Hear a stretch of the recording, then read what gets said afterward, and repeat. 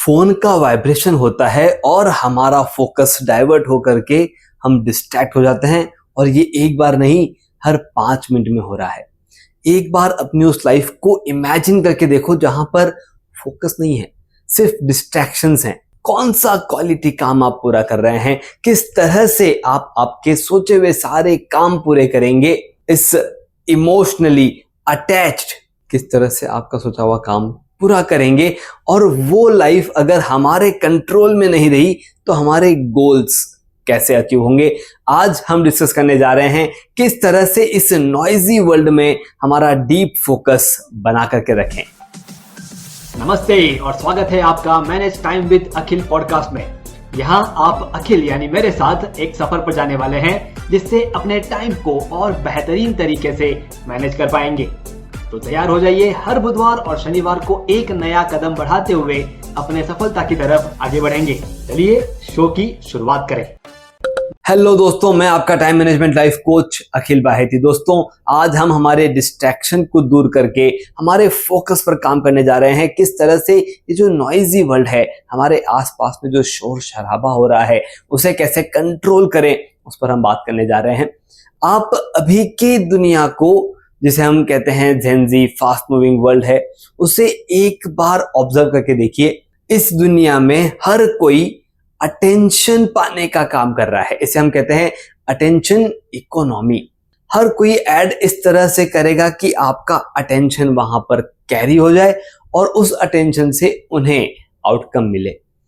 अब जब हर कोई आपका अटेंशन चाहता है और उस वक्त आप आपके खुद के कंट्रोल में नहीं है, आपका टाइम कहां पर जाएगा? आपका सारा का सारा टाइम जो अटेंशन सीकर्स हैं वहां पर चला जाएगा। मैं ये नहीं कहता कि नहीं ऐड मत देखिए, नहीं अटेंशन मत दीजिए। डेफिनेटली उसमें हमारा फायदा भी जुड़ा हुआ है, लेकिन कितना टाइम उस अटेंशन को देना है वो हमें डिफाइन करना होगा। क्या होगा अगर हम हमारे फोकस को हमारे कंट्रोल में नहीं रखेंगे? इमेजिन कीजिए आपका वो दिन जहां पर सब कुछ डिस्ट्रैक्टेड चल रहा है, आपका फोकस ही नहीं हो रहा है। क्या उस दिन की आपकी प्रोडक्टिविटी जीरो नहीं होगी? क्या उस दिन आपके स्ट्रेस नहीं क्रिएट होगा? क्या उस दिन आप आपके सोचे हुए सारे काम पेंडिंग रख करके नहीं जाएंगे? अगर हमें इन सभी चैलेंजेस से दूर होना है तो हमें डिफाइन करना होगा किस तरह से हम हमारे फोकस वर्क को क्रिएट कर सकें, क्वालिटी के साथ पूरे कर सकें। मैं आपके साथ 3 स्टेप्स शेयर करने जा रहा हूं और उन 3 स्टेप्स में आप डिफाइन करने वाले हैं किस तरह से आपके इस नॉइजी वर्ल्ड में आपका अटेंशन, आपका फोकस डिस्ट्रैक्शन फ्री रहे। जी हाँ, तो स्टेप नंबर 1 है आइडेंटिफाई योर डिस्ट्रैक्शंस। होता क्या है, अगर मैं कहूं कोई एक चीज को लेकर के मैं कोई एक सॉल्यूशन बता दूं, लेकिन वो डिस्ट्रैक्शन आपके यहां पर है, इसकी कोई गारंटी नहीं है। तो सबसे पहला स्टेप है हमें हमारे डिस्ट्रैक्शन आइडेंटिफाई करना है। किसी के लिए वो सोशल मीडिया है, किसी के लिए वो अपने ही थॉट्स हैं, किसी के लिए आने वाले क्लाइंट्स हैं, किसी के लिए बार बार सवाल पूछने वाले स्टाफ हैं।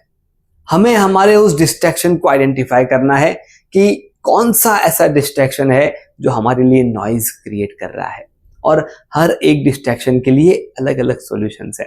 इसीलिए पहले आइडेंटिफाई करना शुरू है, इसीलिए पहले आइडेंटिफाई करना जरूरी है।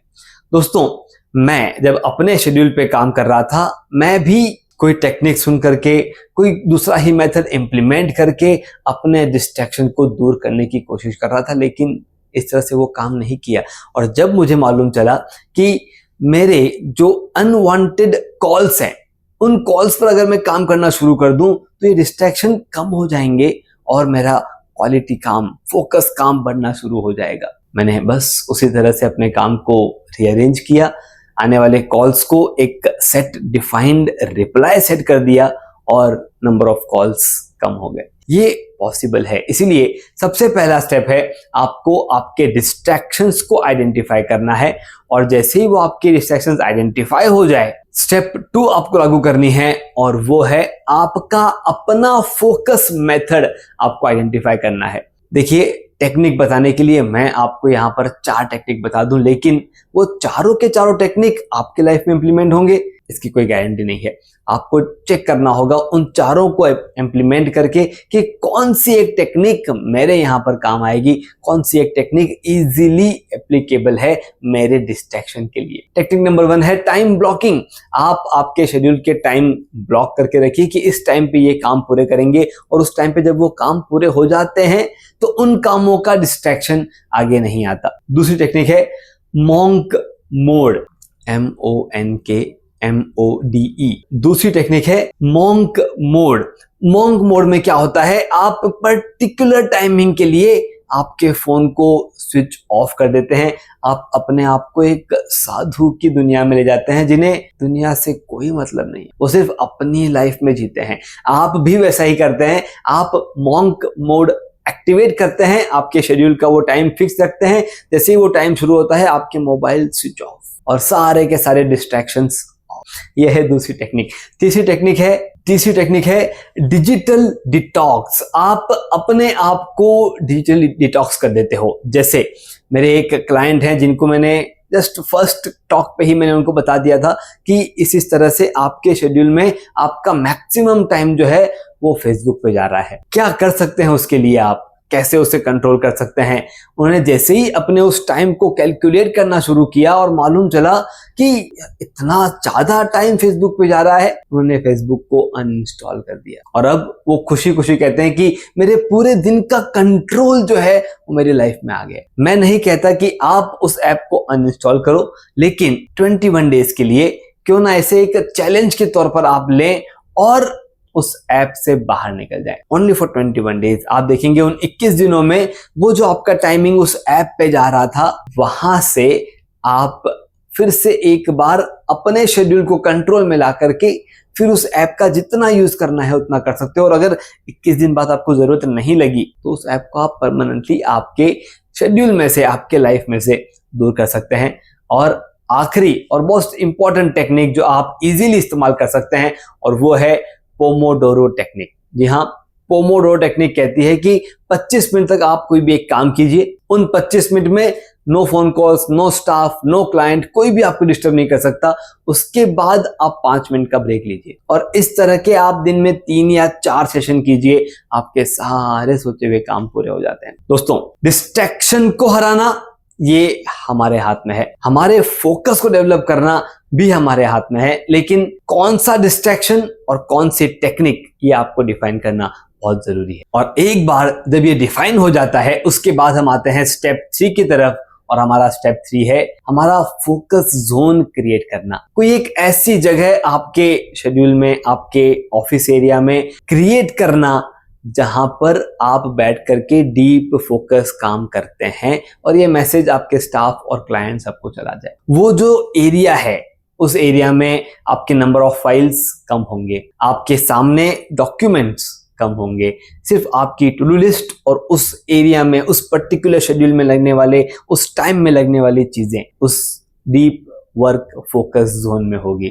और इस तरह से अगर आपका एरिया क्रिएट हो जाता है, दूसरा कोई डिस्ट्रैक्शन आपको डिस्टर्ब नहीं करता है, तब जाकर के आप बड़ी ही आसानी से आपके सोचे हुए काम पूरे कर लेते हैं।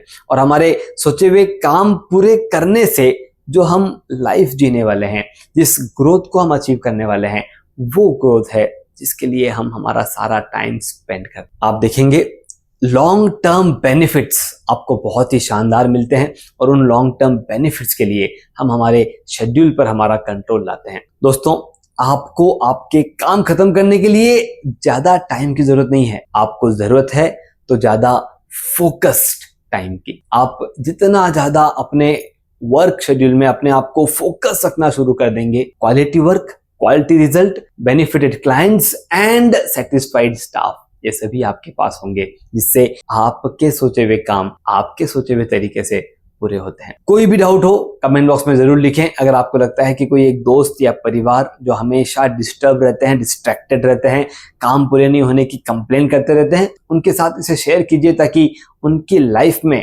आपके जरिए एक छोटा सा बदलाव आ जाए। अगर हमारा कनेक्शन नहीं हुआ है तो फॉलो या सब्सक्राइब करके उस कनेक्शन को स्ट्रॉन्ग कर लीजिए। और कोई भी एक पॉइंट ऐसा लगा है जो आज आप इंप्लीमेंट करने वाले हैं तो लाइक पे क्लिक करें और हमें वो मैसेज दे दें। मैं आपका टाइम मैनेजमेंट लाइफ कोच अखिल बाहेती। हमारी टैगलाइन है manage your time, manage your life. धन्यवाद। आपने सुना manage time with Akhil podcast का यह एपिसोड, जिसमें बताई गई टाइम मैनेजमेंट तकनीक के जरिए अपने जीवन में हम एक कदम आगे बढ़े। अगले एपिसोड के जरिए अगला कदम उठाने के लिए इस चैनल को, शो को सब्सक्राइब जरूर करें। ध्यान रहे, आपके रेटिंग्स और रिव्यूज से हमारे बीच की दूरियां कम हो जाती है।